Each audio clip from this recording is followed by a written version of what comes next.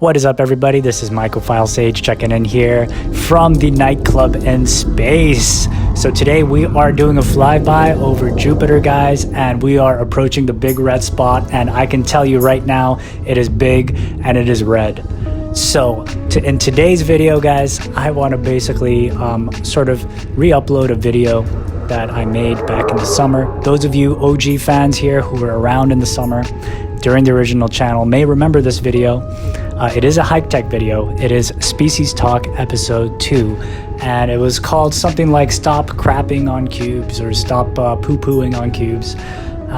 And this is sort of in response to the first video that I made in the Species Talk series, episode 1, which I've also uploaded on the nightclub, and that was called the next big thing in mycology. So that was sort of my forecast of what the next big thing is going to be, which was species, different species. Now, different species have always existed, right? And I've always been a fan of species, different species, you know, for a long time now. But I foresaw that's going to be the next big thing because there's all sorts of crosses being done. People are going crazy about cube crosses. There's this influx of new cultivators coming in, and they are going crazy about crosses. And then after a while, they're going to realize, hey, there's different species out there. Wow, there's a whole different world. So they're going to move on to that. So that was my forecast, and I think I was right. It is getting more and more popular, partly with the help of people like myself and others who have sort of been spreading the word on different species. So you know, with that video, I was basically saying, yeah, you should go do different species. Here are some of the benefits, you know, blah, blah, blah. But in this video, I'm basically playing the other side. I'm of the other viewpoint of saying, okay, yes, there are other species, they're great, but I made this video in response to this sort of attitude, this almost snobbish attitude towards good old cubensis, right? People, it's a pattern for years. It's not a recent thing. For years, every time somebody grows a different species, then it's suddenly like everything that cubensis is not, and it's all well and good. And you know, a lot of times it's true, but it's like, it doesn't matter. Insert any X species, generally, the pattern is people say it's always better than cubes, and I think that I'd like to speak a little bit for cubes, if I may, as well, because cubensis is also a very special species, right? And I think it's just because we've been taking it for granted that we don't really appreciate it as we should.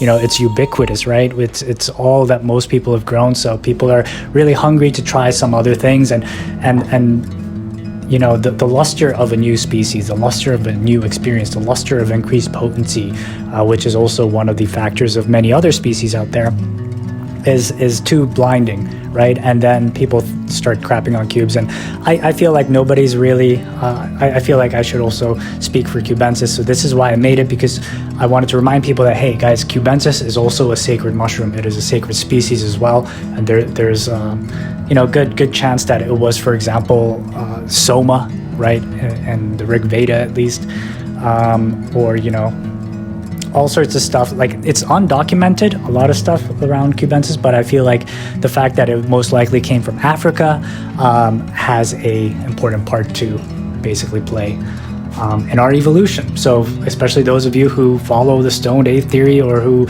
like to speculate upon it, it can be a significant species. And so that's sort of the angle I'm doing. I've always meant to do like a part 2 to this where I say stop worshiping cubensis as well, because guys, I'm all about looking at things from all different angles. I have flip-flopped because on different sides, you know, for example, do different strains have different experiences and you know, whatnot, because there's really no way to really quantify it, right? It's such a difficult thing, but I have always felt that there may be something, but there's also, I understand there's a lot of factors that are at play, you know, subjective things can also factor in when we're dealing with something as complex as psychedelics, obviously. So, you know, there's all sorts of stuff, and I was looking at the window and I just saw a car avoid an accident. So yeah, I sort of lost my train of thought there. But essentially, guys, that's sort of what I wanted to talk about in this video. So the guys, you know, the way this video is presented, I wouldn't make the video the same way that I did at this point. I'm just posting this as a historical document of a piece of history of mycophilia. And this is a really long intro. And, you know, maybe I'm just going to seek this into a part of the video. Maybe I'll skip a part of this video. But yeah, it's mostly a historical document. So don't take it too seriously. This is just sort of, just enjoy the view, right? Enjoy the view and maybe some of the discussion as well. So yeah, I hope you guys enjoy. Yeah, so, you know, I'm just too long didn't read. I like to look at all angles, right? I like to look at all angles, and I try to make the best decision that I can with all the facts. I don't have a dog in the race. I just want to look at it objectively as possible. So anyways, guys, hope you enjoyed this video. Mycophile Sage, checking out for now. Cubensis is a very special species. As I said, you know, like the Rig Veda and stuff of ancient India, if you want to believe that, you know, the soma was a mushroom, it was most likely Psilocybe cubensis. Just makes sense. There's no real evidence for it, but it does make the most sense. There's no real evidence of what soma exactly was anyways. So it could be one thing or the other. It just seemed like cubes are perhaps the most logical thing, because, you know, some people say ephedra. Well, ephedra is just like a low-grade stimulant really compared to like meth or something. You know, and does it really grant like visions and stuff? Does it really grant enlightenment? I don't think so.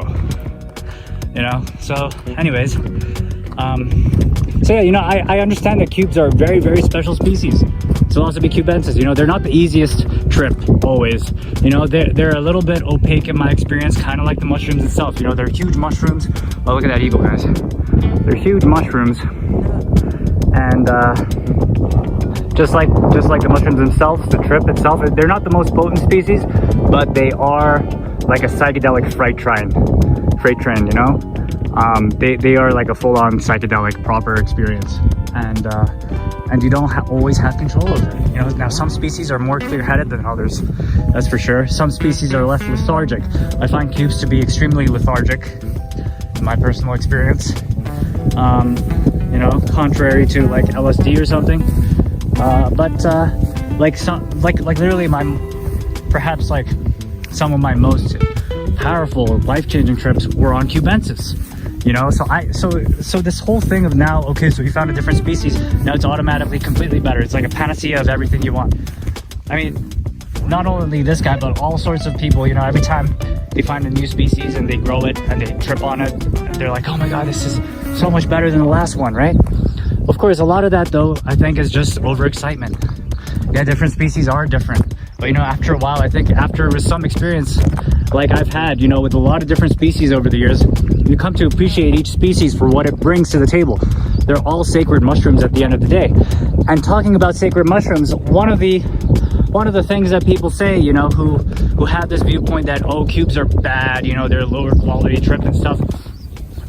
They always bring up the fact that, oh, you know, the Mazateks, you know, and all the indigenous groups that traditionally used cubensis in the past in Mexico, or you know, well, or wherever else, right? In the Americas at least. They say that the shamans don't eat cubensis. Yeah, that's true. At least speaking of Oaxaca, you know, and that region of Mexico, around there, where the mushrooms are being used a lot. Yeah, it's absolutely the case that they personally don't take it, and they give it to tourists, right? I've known this information for a long, long time, you know? But now, like, people are like, oh, this is a new thing. No, it's not, right? And to be honest, I sort of used to be like that too, right?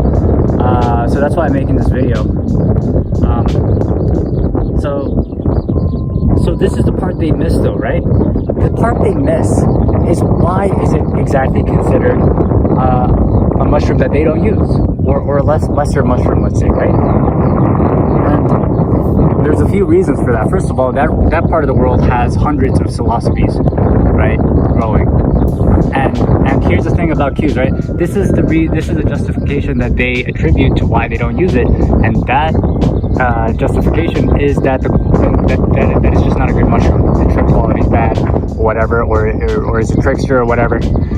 And that's not true.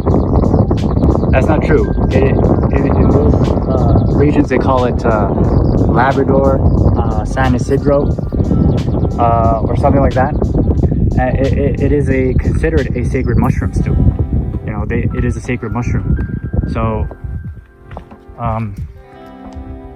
so that's not it. You know, it's not it that they shit on cubes. It's just that a more realistic explanation is that cubes are not indigenous to that part, right? Cubes are associated with the conquerors, the Spanish, you know, the conquistadors. That's where cubes came from when they brought cows and stuff. So so there's that relationship, right? Connotation with cubensis and, you know, all this suffering and, you know, colonization. Oh yeah, and also the Spanish were the ones who were responsible for basically driving the whole mushroom culture underground. You know, they basically said, you know, they tried to wipe it out. Basically, you know, they wanted to wipe out the mushroom culture, and so that's what it's, you know, that's why it's driven underground. That's why it took so long for Maria Sabina to be discovered. You know, they were doing it underground for a long time, hundreds of years, you know, with the advent of Christianity in the Americas. And so there's also that, right? And another reason is because they grow directly on dung. But the fact of the matter is, cubensis are still considered a sacred mushroom, you know? Oh, check that out, look at that shit. So I thought I'd just sort of set the record straight on that a little bit. Yeah, I hope this video was helpful. And cubensis trip characteristics for me are sort of, they're kind of tricksters for sure. But they're raunchously hilarious. They're really funny sometimes. Of course, they're sometimes really serious. You know, mushrooms are just really alien and weird like that. You know, it's not, we can't really relate to it with human qualities, although sometimes they are all those human qualities, and sometimes completely out of this world, perhaps literally. So hope you guys enjoyed the video, guys. Have a good one. Bye bye.